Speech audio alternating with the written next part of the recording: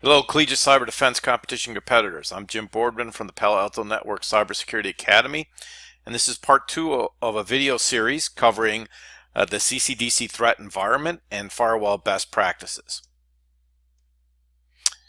In part 1, I talked about the threat environment.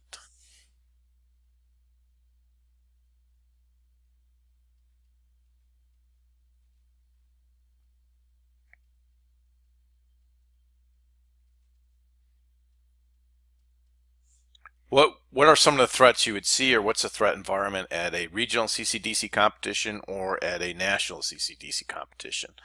So these are the topics that I discovered, that I discussed in part 1.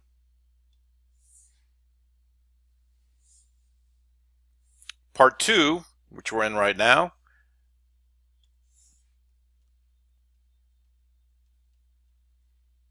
I'm going to talk about firewall best practices.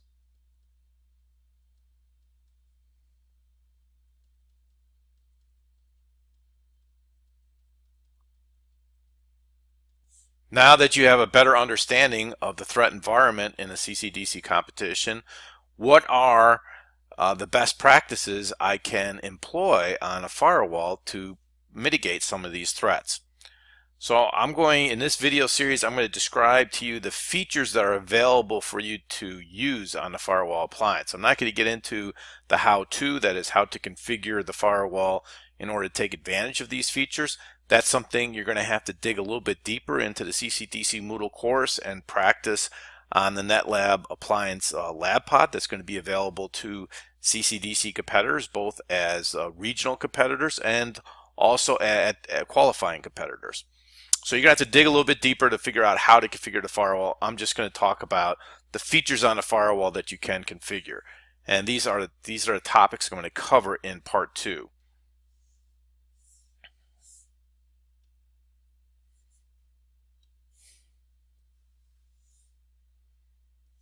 This is a lot of material to cover in part 2. So what I'm going to do is I'm going to divide actually part 2 into 2 videos to shorten each one. So there's going to be a part 2a and a part 2b. So the goal here is to make each one 30 minutes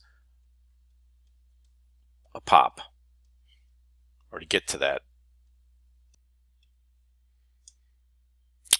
Many of you will see our PA 3050 hardware appliance at regional on-site competitions. Now the good news is that our virtual firewall appliance has the same configuration, uses the same configuration, web UI, uses the same commands.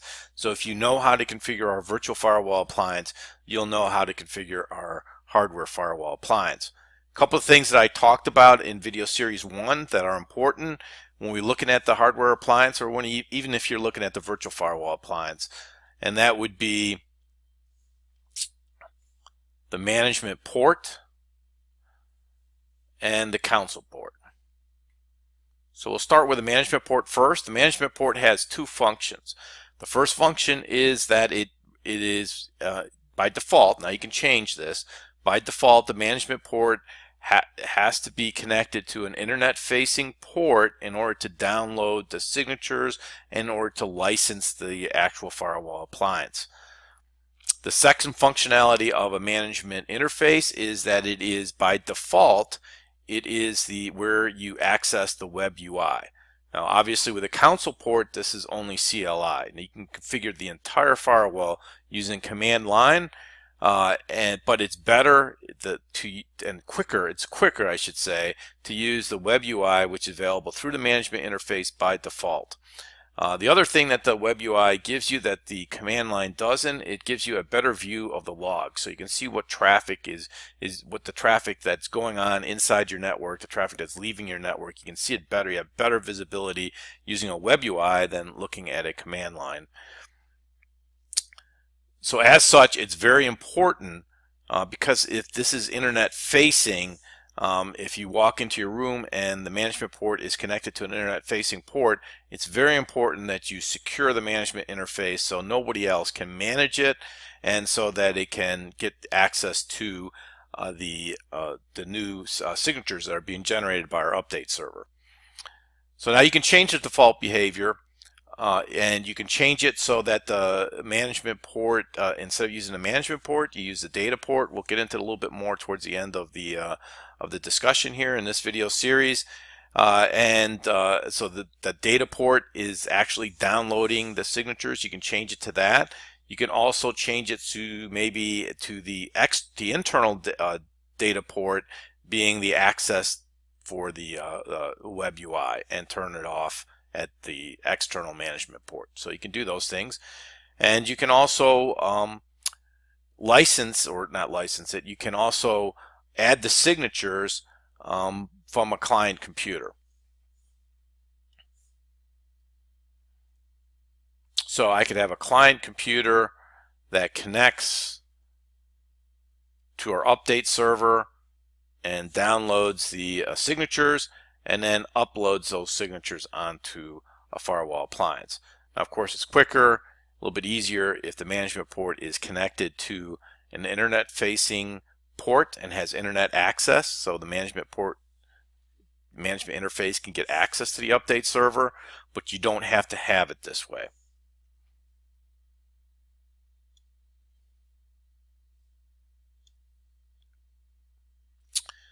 So before we get into, let's get into best practices, but before we get into the best practices, let's take a look at the cyber attack lifecycle and see how a firewall appliance, how it can provide some protection against cyber attacks.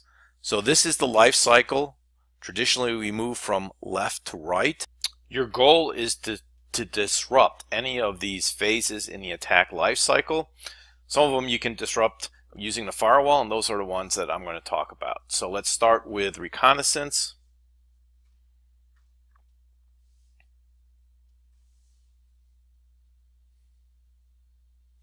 So we know that as soon as you enter the room, the red team is going to be scanning, right? So when you think about reconnaissance, I want you to think scanning.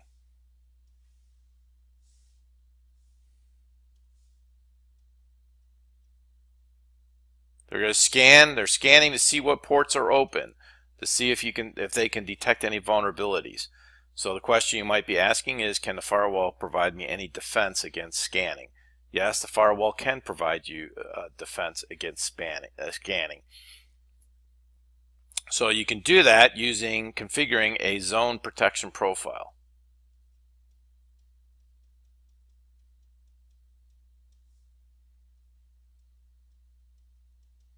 And then you would assign this to your external zone. Now the firewall is zone based, so every interface has to be assigned to a zone in order to pass filter traffic between two interfaces. Each interface has to be assigned to a zone. If they're assigned to different zones, then the default policy is to block traffic. So in this particular case, you could configure the firewall so if it receives so many scans from a particular IP address, then it blocks it. Now that's the key that you got to be paying careful about, is that if you're blocking legitimate IP addresses, that's not a good thing. And we know that the red team can camouflage, they can change their IP addressing. So if you're going to use zone protection profile, keep that in mind. The other aspect of zone protection profile, if you're getting lots and lots of scans and your firewall is continually blocking the traffic, then this could consume resources of your firewall appliance. So pay attention to that so that you're not overutilizing the resources to provide zone protection. In many cases, it may just be easier to allow the red team to scan your network, but that's something that you can monitor and figure out either by practicing before the competition and during the competition. So once the red team has figured out exactly what ports are open and what vulnerabilities there are, the red team will then move into the second phase, which is weaponization. Now the firewall can't do anything about weaponization. As a matter of fact, when I've gone to several of these competitions, both as a coach, I coached the Alfred State cybersecurity team, and we used to compete at the Northeast Collegiate Cyber Defense Competition, and also working here at Palo Alto Networks, I've gone to lots of regional competitions and the nationals. And when I talk to the red team, they're at a pretty high level. These folks, they talk almost a different language. It's hard for me to understand. them sometimes. But anyway, they are developing right there on the spot, which makes the competition very interesting for students, especially students that are really advanced in cybersecurity, because the red team, they're developing on the spot, they're weaponizing, developing cybersecurity attacks, following a cybersecurity attack campaign specifically to target your vulnerabilities, the vulnerabilities that they see after they've done reconnaissance. I like to think of the red team, the way they think, it's almost like the movie Matrix. And when you watch the movie The Matrix, you can remember where the scenes where they would look at the terminal, and the terminal would have these streams. I think they were hexadecimal numbers. So that's the way I want to think of the red team, and I have a little bit of a demo of that.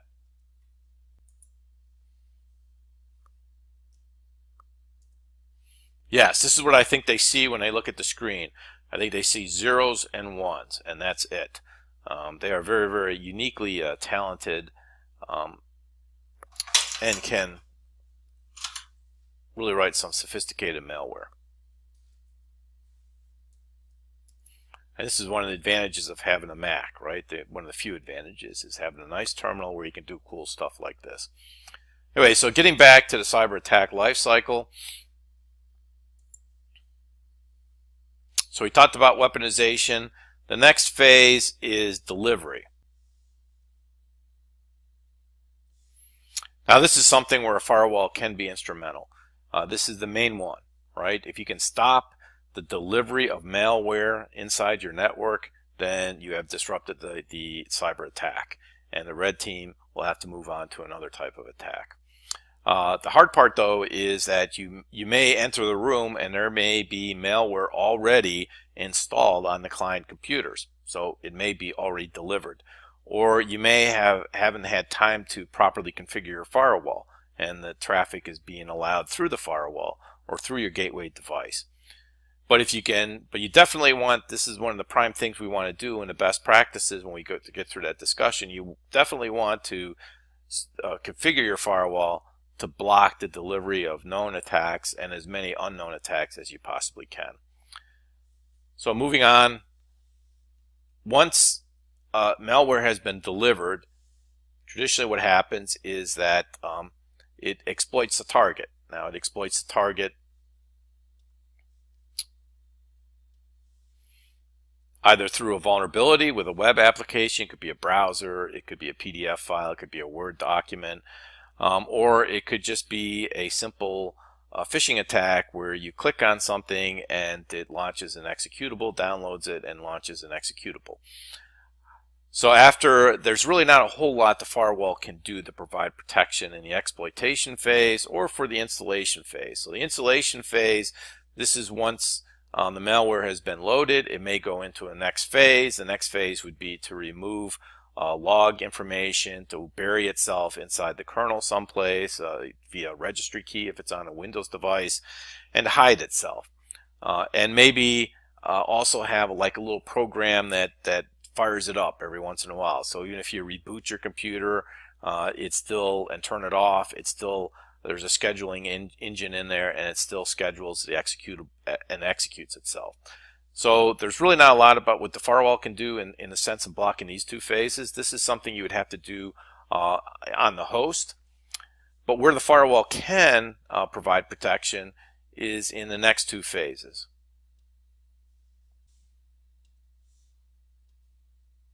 And in the act on the objective phase. When malware has been installed and it has built-in persistence and it's running on an infected host, traditionally what malware does is it tries to do like an E.T. movie, it tries to phone home.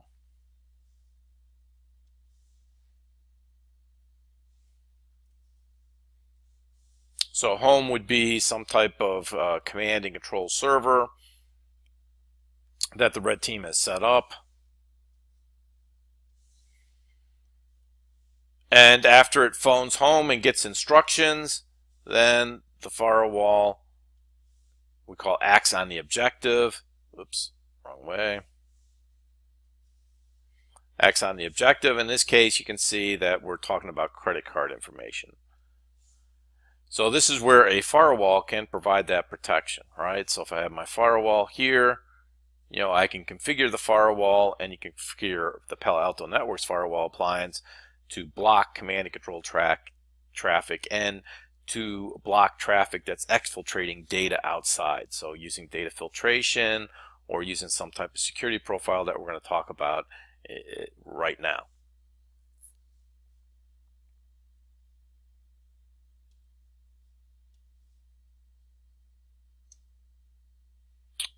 So the first best practice that you want to employ on your firewall is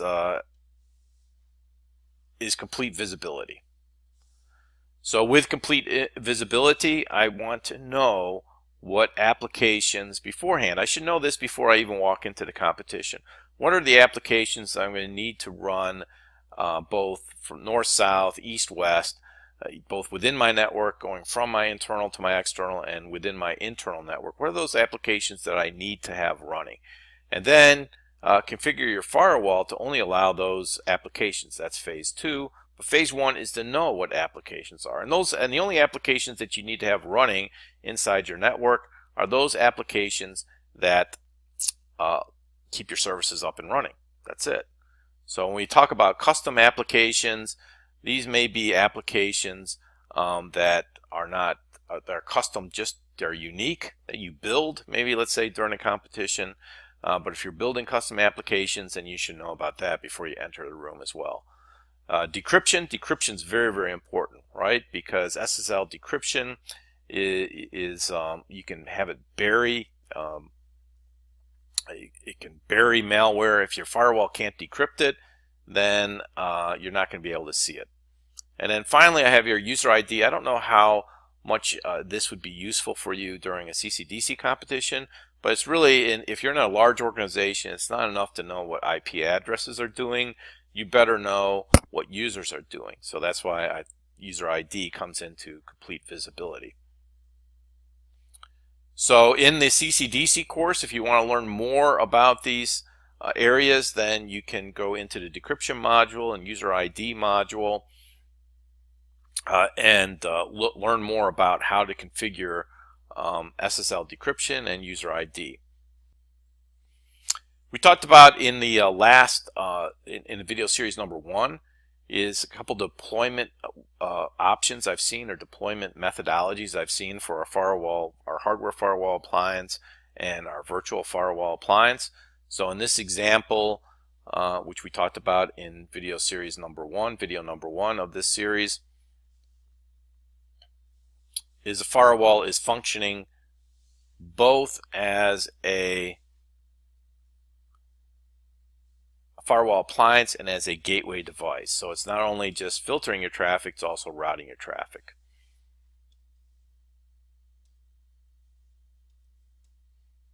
The other deployment option I've seen at CCDC competitions is where the firewall is working in conjunction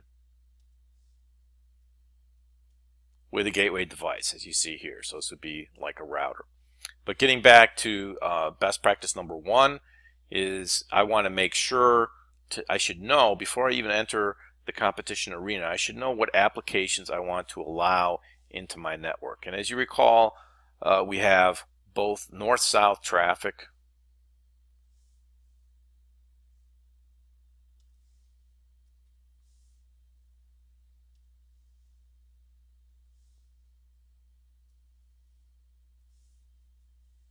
and we also have east-west traffic.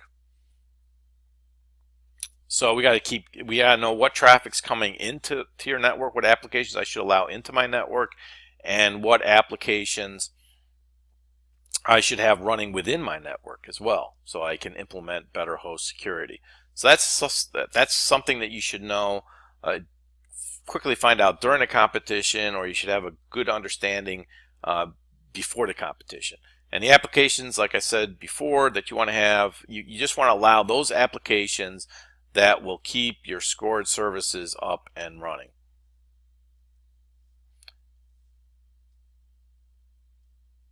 So examples of scored services. These scored services could be in anywhere, right? They could be in a private cloud on the inside of your network. They could be in a external cloud, private cloud that's running outside your network, or they could actually be in a public cloud on AWS. In fact, the Northeast, they did that, had services running in the public cloud. AWS is a public cloud. So you want to know what applications should be coming in and out of your network in all those situations. The other thing, as I talked about as a slide covering best practice talked about or showed, is you want to be concerned with decryption.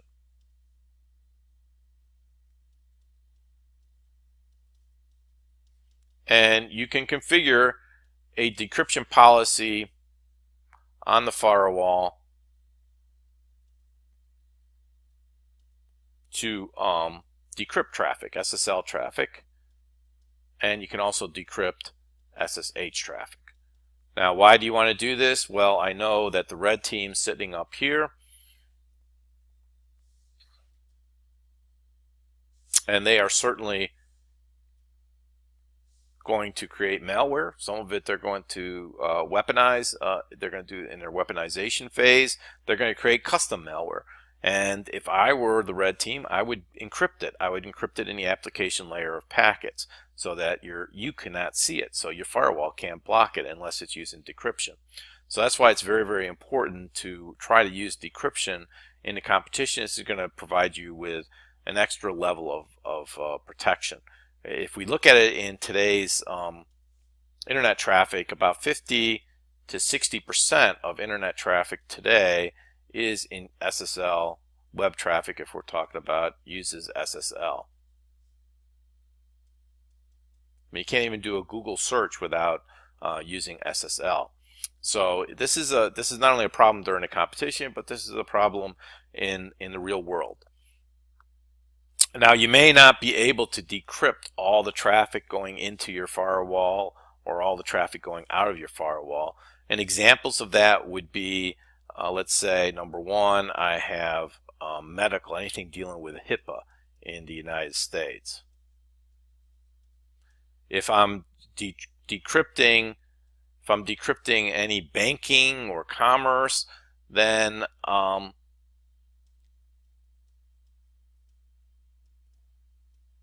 I have to be concerned about the PCI compliance, right? I want to make sure that I'm PCI compliant. So that's in the United States.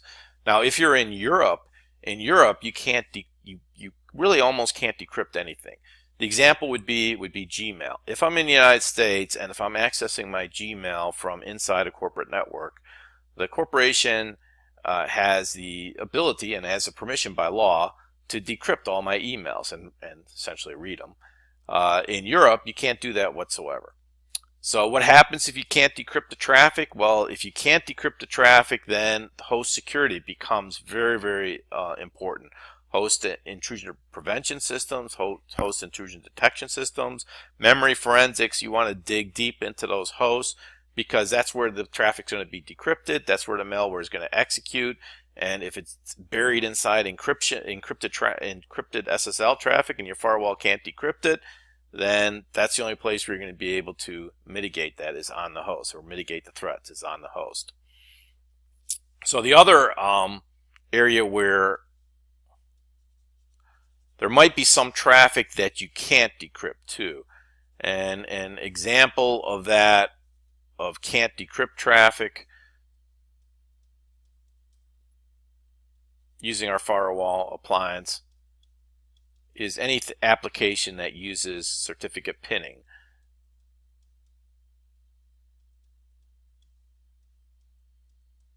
And this mainly concerns traffic going from the inside to the outside.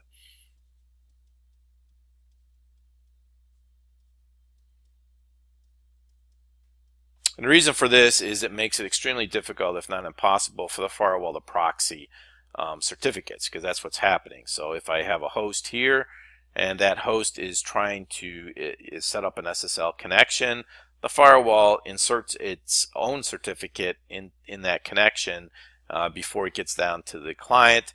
And if you have an application that's using certificate pinning, it's going to break. It's going to break the connection. The application is going to say, no, this is a proxy certificate. This isn't the real certificate from the server. Therefore, I'm not going to allow this connection. Okay, that completes the first part of our discussion of firewall best practices. If you have time, please join me in the next video where we'll complete our discussion of firewall best practices and talk about what's next in terms of helping you better prepare for CCDC competitions.